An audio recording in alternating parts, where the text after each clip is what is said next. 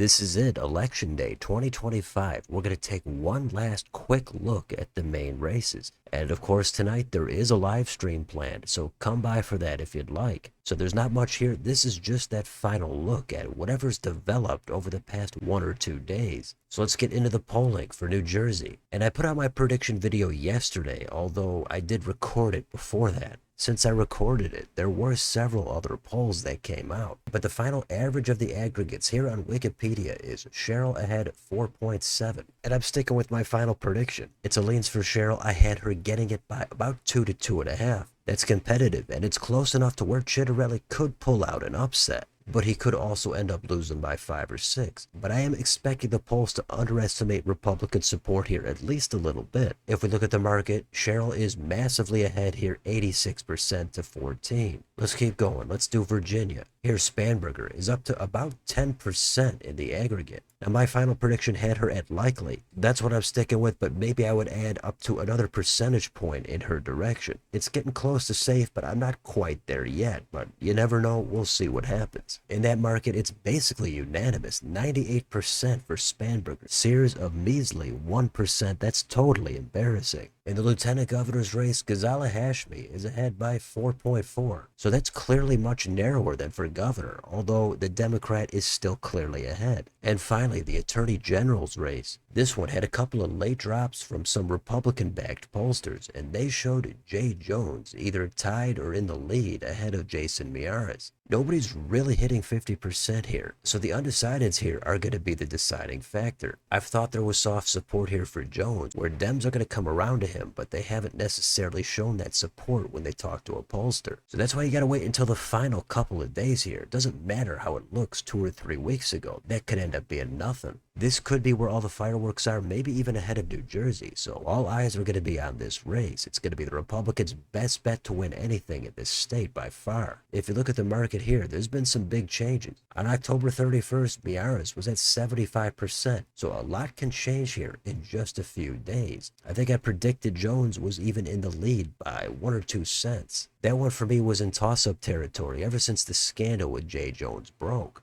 I've thought Miyares might have a slight edge, but here we are. Those are the statewide races. Then we've got New York City Mayor. Here Mamdani is ahead 13.7. I didn't put out a final prediction for this race, but it's clear Mamdani has a strong advantage. Who knows what would have happened if Sleewood dropped out, and if it were just between Mamdani and Cuomo. Then that could be an extremely tight race, and Cuomo could actually pull that out. But now the question is, just like I put out on the community tab last week, is Mamdani going to hit 50%? Seems like it's a little less likely now, but he still has a pretty great shot at it. And these Atlas Intel polls here, that only has Mamdani at about 44%. So in that local race with 3 candidates, who knows, there could be some movement at the very end on election day.